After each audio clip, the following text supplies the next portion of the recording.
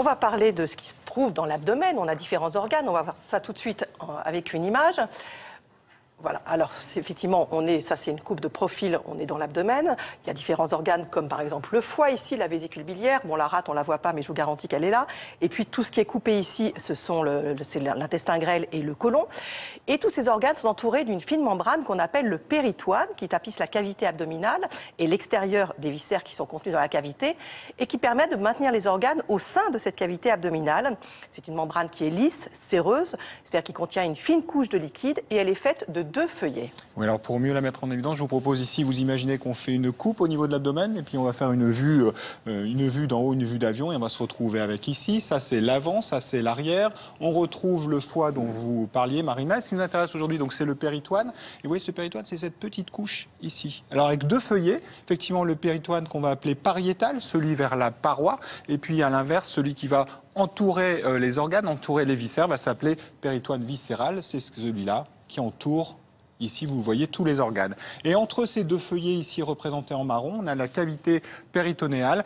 Et c'est à partir de là qu'il peut y avoir certaines pathologies. On parle souvent, vous avez sans doute déjà entendu parler de la péritonite, qui est une inflammation de ce péritoine aigu.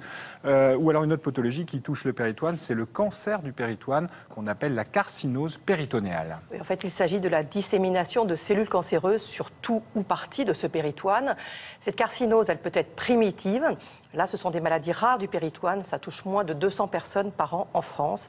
Et puis, elle peut être secondaire à un autre cancer qui a disséminé ces cellules dans la paroi abdominale. Il s'agit en général du cancer du côlon, du rectum, de l'ovaire, de l'estomac, du pancréas ou encore du sein. Et ça, malheureusement, ça n'est pas rare. Oui, effectivement, on estime à peu près 6 000 le nombre de personnes atteintes chaque année en France.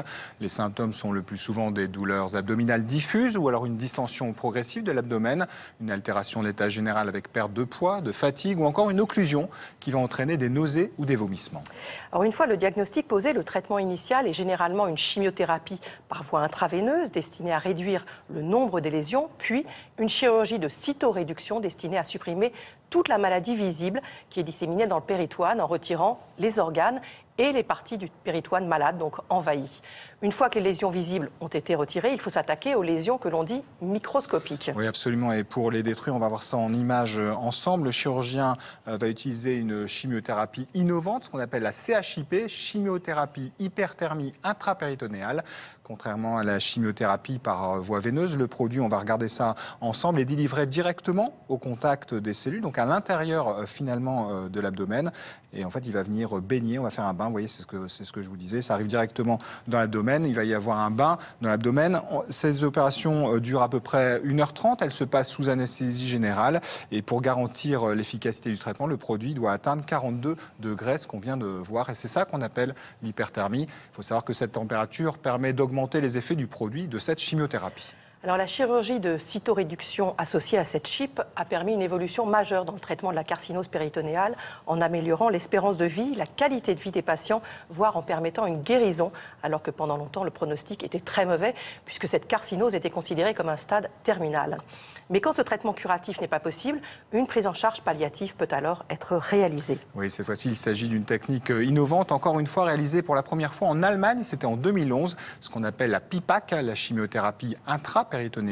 Et tenez-vous bien, ce traitement est délivré par un aérosol. C'est le traitement que suit Jean-Pierre que nous avons suivi. Oui, il souffre d'un cancer qui a envahi la cavité péritonéale. Notre équipe l'a rencontré à l'hôpital d'instruction des armées Bégin, c'est à Saint-Mandé dans le Val-de-Marne, un hôpital militaire à la pointe dans le traitement de cette carcinose péritonéale qui prend aussi en charge, il faut le savoir, des civils. C'est un reportage signé Lucille Degout, Benoît Lordelot et Denis Moreau. Depuis quelques années, les séances de chimiothérapie rythment la vie de Jean-Pierre.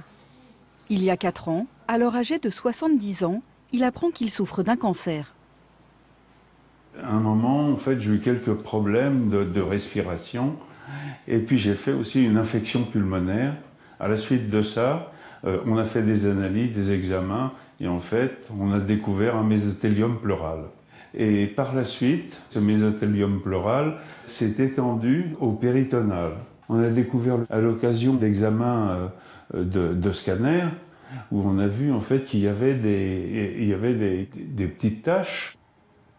Le mésothéliome pleural est un cancer de la plèvre. En cause, l'exposition à l'amiante subie par Jean-Pierre au cours de sa carrière professionnelle. J'ai été engagé dans la marine nationale, et lorsqu'on couchait, en fait, si vous voulez, dans le poste d'équipage, on était avec des hamacs, et on avait le nez qui était, en fait, à 20-30 cm sous le flocage d'amiante, en fait, puisque les bateaux étaient floqués. Ça, c'est une possibilité. L'autre possibilité, c'est que, si vous voulez, compte tenu de ma profession, j'avais une entreprise de génie climatique et de chauffage. Bon, j'allais assez souvent donc dans les chaufferies et également dans des locaux en fait qui pouvaient être floqués aussi, où il pouvait y avoir de l'amiante. Bonjour monsieur. Bonjour docteur. Comment allez-vous? Ça va, je vous remercie. Ça va.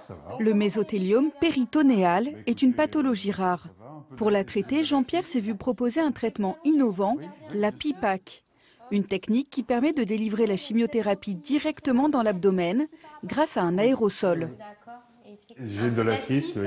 Je vais regarder Oui, un petit peu. sûr. Effectivement, un petit peu. Bon, d'accord. L'acide, en fait, c'est du liquide à l'intérieur du ventre. D'où vient ce liquide? Il y a plusieurs possibilités. Chez monsieur, en fait, il a des cellules tumorales à l'intérieur du ventre et ces cellules, elles peuvent produire du liquide. Il est gêné finalement par ce liquide parce que ça l'empêche un petit peu de respirer. Donc quand il marche, il se fatigue. Il faut donc aspirer ce liquide avant de délivrer la chimiothérapie dans l'abdomen. Avec la PIPAC, les doses injectées sont 10 fois moins importantes qu'avec une chimiothérapie classique par voie intraveineuse. La PIPAC est donc beaucoup mieux tolérée par les patients. C'est l'avantage de la PIPAC. Hein. Il n'y a pas trop d'effets secondaires, enfin très peu, quoi. Très peu d'effets secondaires. Alors qu'avec une chimio traditionnelle, c'est l'enfer, quoi. La diarrhée, la fatigue, en fait, bon, on se sent mais vraiment une lavette, quoi. On est complètement HS. Dans quelques heures, Jean-Pierre va recevoir sa 8e PIPAC au bloc opératoire. À tout à l'heure.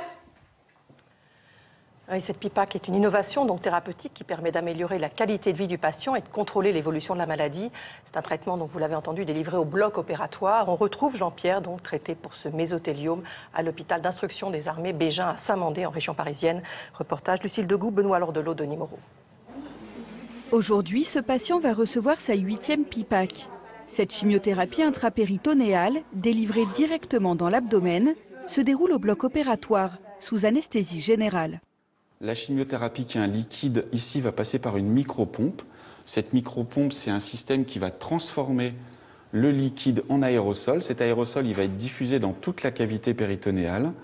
Et puis on va appliquer une hyperpression pour que ça pénètre en profondeur. Et également, c'est ce qui est dessiné ici, elle va aller dans des endroits où un liquide pourrait peut-être ne pas aller. Mais comme c'est un gaz, ça va diffuser partout.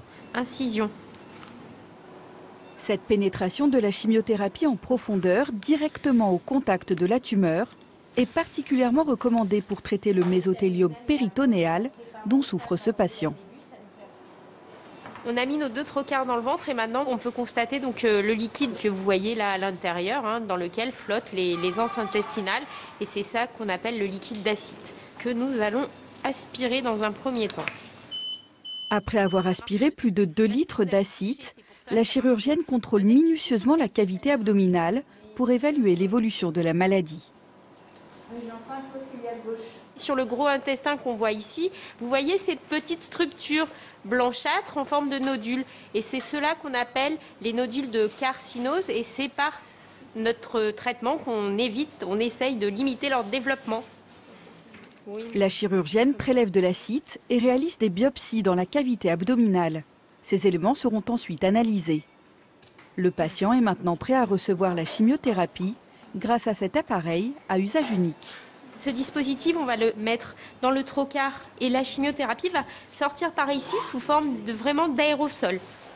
Une couverture en plastique et des systèmes d'aspiration sont installés pour des raisons de sécurité en cas de fuite du produit.